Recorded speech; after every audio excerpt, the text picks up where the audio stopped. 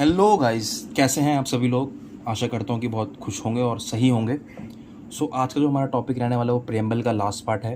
और last part से हम जाते हैं कि जो प्रियम्बल है वो कॉन्स्टिट्यूशन का पार्ट है या नहीं है, और अगर पार्ट है तो कॉन्स्टिट्यूशन के थ्रू सुप्रीम कोर्ट ने उसको कैसे फ्रेम करा है अपने जजमेंट्स के थ्रू कि वो पार्ट है कि नहीं है। यही हमको आज समझना है, जो कि इंपॉर्टेंट रह जाता है हमारी पॉलिटी के लिए या हमारी आंसर राइटिंग के लिए। ये इससे क्वेश्चन भी आ सकता है। चलिए पहले थोड़ा हट के बात करते हैं। ये देखिए, पार्टीशन जब हुआ 1947 में, दो मैंने कॉन्ट्रडिक्शन इसमें डाली हुई है कि एक साइड आप देखेंगे कि हैफी वेसिस हैं जिन्होंने पार्टीशन करा है, और एक साइड आप देखिए इन्होंने कलम चलाई, और यहाँ देखिए कि यहाँ 10 से 20 मिलियन लोगों का मास किलिंग हुई, मर्डर हुआ, पता नहीं कितने लोगों का रेप हुआ। ठीक है, तो मैं यहाँ ये बताना चाह रहा हूँ कि पोजीशन और कलम और एजुकेशन बहुत बहुत ही पावरफुल चीज़ है और बहुत इंपॉर्टेंट चीज़ है। इसलिए हमको एजुकेशन में इन्वेस्टमेंट हमेशा करनी चाहिए। चलिए शुरू करते हैं। तो हमें जो टॉपिक समझना है वो पार्टीशन से ही समझना है। पार्टीशन हुआ 1947 में। अब पार्टीशन के बाद चीज़ क्या आती है, आपने पार्टीशन पेपर पे तो कर दिया, उसके बाद आते हैं डिमार्केशन। कि मान के चलिए हमारा प्यारा भारत है, अगर हम इसकी अगर ऐसी ओवरव्यू बनाएं, ये प्यारा भारत मान के चलिए इसको, ठीक है, और यह पाकिस्तान, प्यारा तो नहीं वो तो छोड़िए। तो हमें इसको डिमार्केशन करना है कि कौन सा एरिया कहाँ रहेगा और कितना रहेगा। ठीक है, इसमें बहुत ज़्यादा टाइम जाता है और बहुत एफर्ट जाता है। बट यहाँ पे पार्टीशन कैसे हुआ, हमने बुलाया रेडक्लिफ जी को। अब रेडक्लिफ जी क्या है, इन्हीं के नाम पर ये जो लाइन है इंडिया पाकिस्तान की, इसको रेडक्लिफ लाइन बोला जाता है। तो इनको डिमार्केशन के लिए बुलाया गया, इनका नाम था रेडक्लिफ। तो इन्होंने क्या करा, फर्स्ट ऑफ ऑल तो पार्टीशन कैसे होता है, रिटर्न बेसिस पे होता है कि आप पेपर है आपके पास, मान लीजिए पेपर है और ये मैप है, मान के चलिए ग्लोब है, मैप है, तो ये इनको बोला जाता है रिटर्न पार्टीशन। और एक पार्टीशन क्या होता है कि आप खुद वहाँ पे जाके खुद लाइन बना रहे हैं, समझ पा रहे हैं, टेरिटरी में जाके खुद जा रहे हैं, फिजिकली आप जा रहे हैं। पर यहाँ पे हमने क्या करा, रिटर्न वाला हमने चूज़ करा। अब रिटर्न में क्या करा हमने, क्या बेसिस लिया हमने, जो हमने बेसिस लिया वो था पुलिस स्टेशन। तो आप सोचेंगे पुलिस स्टेशन का क्या मतलब है, अब हम डिमार्केशन करनी है तो पुलिस स्टेशन का मतलब ये है, मान के चलिए कि ये एक पुलिस स्टेशन है, ठीक है, तो हर पुलिस स्टेशन की ना एक जुरिस्डिक्शन होती है, एक एरिया होता है, टेरिटरी होती है। इसके बाहर इस पुलिस स्टेशन की जुरिस्डिक्शन नहीं चलेगी। मान के चलिए दिल्ली पुलिस है, डीपी, अब इसकी जुरिस्डिक्शन यही इसी एरिया तक है, इसके आगे हरियाणा लग गया, ठीक है, ये हरियाणा पुलिस हो गई, तो इसकी जुरिस्डिक्शन हरियाणा पुलिस में नहीं रहेगी। तो इसका हमने बेसिस बनाया टेरिटरी को डिवाइड करने का, कि हमने एक पुलिस स्टेशन ही हमने डिवाइड कर दिया। उस केसेस में क्या रहा कि एक एरिया था बेरूबरी का। अब बेरूबरी आप पूछेंगे बेरूबरी कहाँ है, बेरूबरी है वेस्ट बंगाल में। ये देखिए, ये रहा बेरूबरी। इसमें रेडक्लिफ जी ने क्या करा कि मैप पे तो मार्क कर दिया पाकिस्तान में, पर इसके लिए पेपर पे कुछ नहीं लिखा कि ये पाकिस्तान का एरिया या इंडिया का एरिया है। दोनों चीज़ें लिखनी पड़ती हैं, पहले आप मार्क करेंगे फिर उसको पेपर में लिखेंगे भी कि इंडिया का है पाकिस्तान का है। इस पर क्या इशू हुआ, इस पर कॉन्फ्लिक्ट हो गया कि भाई ये किसका एरिया है, इंडिया का एरिया रहेगा या ये पाकिस्तान का एरिया रहेगा। तो इसी कॉन्फ्लिक्ट को हटाने के लिए नेहरू नून अग्रीमेंट आया। कौन लाया, जवाहरलाल नेहरू और फिरोज़ खान नून इनका नाम था, जो पाकिस्तान के दोनों प्राइम मिनिस्टर थे। ठीक है, तो इसमें क्या हुआ, इन्होंने ये बोला नेहरू नून अग्रीमेंट में कि चलिए हम आपसी समझौते से डिवाइड कर लेते हैं बेरूबरी को, आधा आपका आधा मेरा।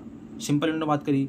अब ये कैसे करना था, सिंपल लॉ बना के आर्टिकल 3 के अंडर ये जाके ये बनाने वाले थे डिवीज़न बेरूबरी एरिया की, एक पाकिस्तान में और एक इंडिया में। बट इससे क्या हुआ कि कुछ लोग भड़क गए कि भाई तुम ऐसे कोई भी एरिया कैसे दे सकते हो, ये देखो गरम मिजाज के हो रखे हैं पूरे, कि कोई भी एरिया आप कैसे दे सकते हैं ऐसे। तो इन्होंने ये कोर्ट में चैलेंज करा। तो इससे पहले हम ये समझते हैं कि नेहरू नून अग्रीमेंट का बेसिस क्या थे। इसके बेसिस ये थे कि जो प्रियम्बल में एक वर्ड लिखा है, वो वर्ड क्या है, सॉवरेन, जो हमने पहले भी देखा था। अगर मैं आपको फिर से दिखा देता हूँ, आपने पहली वीडियो नहीं देखी तो ये देखिए, ये वर्ड सॉवरेन लिखा हुआ है। इसका मतलब क्या है कि हम आज़ाद हैं भाई, हम आज़ाद हैं कि कोई भी फैसला लेने के लिए, और बाहर से कोई भी प्रेशर नहीं कर सकता हमको। वो हमने जो फैसला लिया हमारे ऊपर कोई नहीं, हम डोमिनियन स्टेटस में नहीं रह रहे। तो इन्होंने क्या करा, ये सोवरेन को ढाल बना के ये चाह रहे थे कि हमें जो बेरूबेरी एरिया है ना वो दे दें। पर कुछ लोग गुस्सा हो गए और कुछ लोगों ने कहा कि नहीं भाई, इसको कोर्ट में चैलेंज करते हैं। तो कोर्ट में ये चैलेंज हुआ।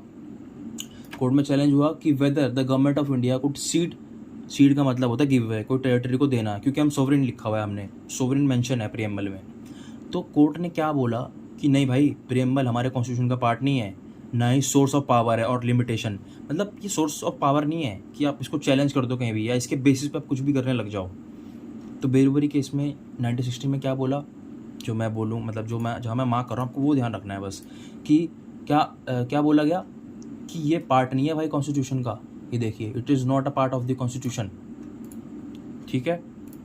और बोला गया कि अगर आपको कोई भी अपने एरिया को सीड करना है, सीड का मतलब होता है गिव अवे, कोई अपना आपको एरिया देना है किसी को, किसी और स्टेट को या किसी और गवर्नमेंट को, तो आपको अमेंडमेंट करने की ज़रूरत पड़ेगी। उसमें अमेंडमेंट किसके अंडर आता है, आर्टिकल 368 के अंडर।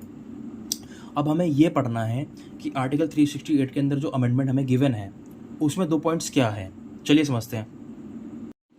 जो यहाँ सेकेंड इम्पॉर्टेंट चीज़ जो हमारी रहने वाली है वो है कि अमेंडमेंट का प्रोसेस क्या है।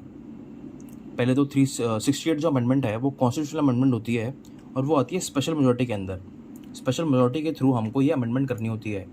तो ये चीज़ काफ़ी कॉम्प्लेक्स है, अगर आप देखेंगे भी तो बहुत कॉम्प्लेक्स चीज़ें, मतलब इसको समझने के लिए काफ़ी डीप डाइव करना पड़ता है। तो मैं आपको समझा देता हूँ कि जो कॉन्स्टिट्यूशनल अमेंडमेंट होती है वो होती कैसे है। तो पहली चीज़ जो इसमें आती है वो ये है कि 2/3 प्रेजेंट एंड वोटिंग, और दूसरी है एब्सोल्यूट मेजॉरिटी।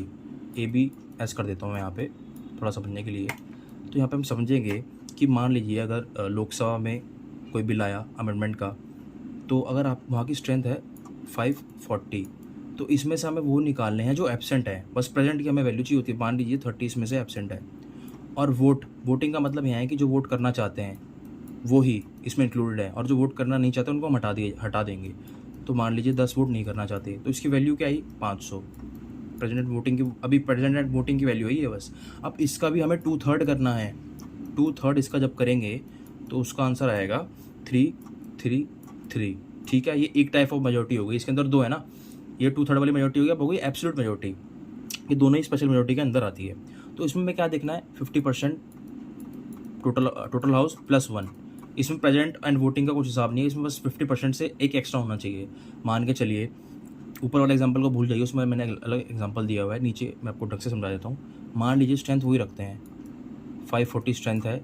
अब इसका 50% कितना होगा, इसका 50% आ गया 270 इसका आया। तो इसमें हम बस एक और चाहिए, एक एक्स्ट्रा चाहिए, तो हो गया 271। अगर एब्सोल्यूट मेजॉरिटी ज़्यादा है, सॉरी एब्सोल्यूट मेजॉरिटी अगर कम है स्पेशल मेजॉरिटी से, कहने का मतलब अगर 2/3 मेजॉरिटी अगर ज़्यादा है एब्सोल्यूट मेजॉरिटी से, तो ये बिल पास हो जाएगा। दोनों मेजॉरिटी को हमने कंसिडरेशन रखनी पड़ती है इसमें, ठीक है। तभी मतलब ये चीज़ आप देखेंगे, थोड़ा दिमाग लगाएंगे तो इसमें फ्रिक्शन बहुत कर दिया कोर्ट ने ऐसा क्यों करा, क्योंकि आप मन चाहे अमेंडमेंट नहीं कर सकते कभी भी। इसमें फ्रिक्शन हमेशा आपकी रहनी चाहिए कि कोई भी अगर अमेंडमेंट करना चाहे तो उसको फ्रिक्शन रहे यार, कि मैं एकदम से नहीं कर पाऊँगा, इसको लाऊंगा अभी तो बहुत मुश्किल है हमारे कॉन्स्टिट्यूशन को चेंज करना। हमारा कॉन्स्टिट्यूशन रिजिड भी है साथ के साथ, और रिजिड है भी नहीं, दोनों चीज़ें एक साथ, मतलब बहुत समझदारी से जो भी बनाने वाली ड्राफ्टिंग कमेटी थी उन्होंने डाल रखी है उसके अंदर। तो अमेंडमेंट हो गई। अमेंडमेंट में क्या हुआ, 9th अमेंडमेंट में, ये ध्यान रखना है, काफ़ी मतलब इंपॉर्टेंट अमेंडमेंट है। 9th अमेंडमेंट में बेरूबरी दे दिया गया पाकिस्तान को। आइए, ये हो गया। ये कब हुआ, बेरूबरी केस में। इसके बाद गोलकनाथ, ये भी काफ़ी इंपॉर्टेंट है, वर्सेस स्टेट ऑफ पंजाब में क्या बोला, preamble is not a part of constitution, ठीक है। जो यहाँ पे जो लास्ट चीज़ जो हमें समझनी है ना, वो ये है, केशवानंदा भारती केस 1973। इसमें क्या हुआ, 13 जज बेंच बैठी। अब आप थोड़ा ये समझिए इसको समझने से पहले कि हमेशा ऑड नंबर ऑफ जजेस बैठते हैं। क्यों बैठते हैं, क्योंकि अगर कभी भी टाई आ जाती है तो एक हमेशा रहना चाहिए वो उस टाई को तोड़ने के लिए। मान लीजिए अगर 12 रहती और 6/6 हो जाता, फिर तो कोई जजमेंट ही नहीं आ पाती, इसलिए 13 रखी कि एक जजमेंट किसी के अंडर आ जाए, मतलब किसी को एक जजमेंट मिल जाए। जैसे मान लीजिए केशवानंदा भारती केस था तो वो जीता था 7.6 से 6 चाह रहे थे नो, 7 चाह रहे थे येस।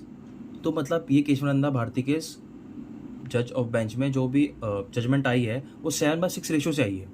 आइए इसमें जो हमें चीज़ समझनी है वो क्या है, ये तो वैसे ही एक्स्ट्रा था कि इसमें ओवर रूल कर दिया गया बेरूबरी केस को, जजमेंट को, और कोर्ट ने बोला कि प्रियम्बल पार्ट है भाई, हमारे कॉन्स्टिट्यूशन का ही पार्ट है। अब ओवररूल का मतलब क्या होता है, मान लीजिए मतलब कोर्ट के पास ये पावर होती है कि वो अपनी जजमेंट ओवररूल कर सकता है। मान लीजिए पहले हम मानते थे ए, ये कुछ भी मतलब चीज़ मान लीजिए उसको हम इसको ए मानते हैं, पर नहीं, कोर्ट आया, कोर्ट ने बोला नहीं भाई तू मेरे नीचे रहा, अब तू नहीं चलेगा मैं चलूँगा, ओवररूल कर दिया कोर्ट ने, बोला कि बी चलेगा। ठीक है, ये पावर होती है। तो इसमें क्या बोला गया कि भाई प्रियम्बल है वो पार्ट है हमारा, बस इन्फर करने के लिए, इंटरप्रिटेशन करने के लिए हमारा बस वो पार्ट है। और उसमें क्या बोला कि हाँ भाई तुम अमेंड कर सकते हो प्रियम्बल को, क्योंकि प्रियम्बल कॉन्स्टिट्यूशन का पार्ट हो गया और अमेंडमेंट तो दे ही रखी है उसके अंदर आर्टिकल 368 के अंदर। बट कोर्ट ने क्या बोला कि भाई बेसिक स्ट्रक्चर को आप हार्म नहीं कर सकते, डिस्ट्रॉय नहीं कर सकते, और बेसिक स्ट्रक्चर कहीं मेंशन नहीं करा उन्होंने, बेसिक स्ट्रक्चर यही होगा, ए होगा, बी होगा, सी होगा। उन्होंने बस ये बोला कि आप बेसिक स्ट्रक्चर को हार्म नहीं कर सकते, और अगर आपने उसको हार्म करा तो आपके ऊपर जुडिशियल रिव्यू हो जाएगा। तो यहाँ यही था लास्ट में। अभी भी हम अगर क्वेश्चन आया तो हम यही बोलते हैं कि येस, जो प्रियम्बल है ना वो पार्ट है कॉन्स्टिट्यूशन का। अब बेसिक स्ट्रक्चर के बारे में थोड़ा सा जान लेते हैं कि बेसिक स्ट्रक्चर ना कहीं डिफाइन नहीं है कि बेसिक स्ट्रक्चर यही होगा, यही चीज़ होगी। बट हमने क्या करा, जो भी जजमेंट्स थे थोड़े टाइम में, जो जजमेंट्स दिए सुप्रीम कोर्ट ने, तो ये 14 चीज़ें हैं, इनको अब याद कर लीजिए, देख लीजिए, एक बार नज़र मार लीजिए, क्योंकि कभी कभी क्वेश्चन आ जाता है पीसीएस वगैरह में, यूपीएससी में बहुत आम सी बात है कुछ क्वेश्चन आना कि ये सब बेसिक स्ट्रक्चर में आते हैं। देख लीजिए ये सारी चीज़ें 13 पॉइंट्स है जो अब जब तक जो भी जजमेंट हुई हैं उनमें से हमने ये सब चीज़ें निकाली हैं जो बेसिक स्ट्रक्चर में, इसको आप चेंज नहीं कर सकते अमेंडमेंट करके, और अगर आपने ऐसा करा तो आपके ऊपर जुडिशियल रिव्यू हो जाएगी। सो गाइज़ ये आज की वीडियो थी, अगर आपको पसंद आई तो थैंक यू सो मच, और इसको लाइक ज़रूर करना। और आगे भी हम ऐसी टॉपिक करने वाले हैं, और आगे जो टॉपिक रहेगा वो रहेगा first article to fourth article, ठीक है।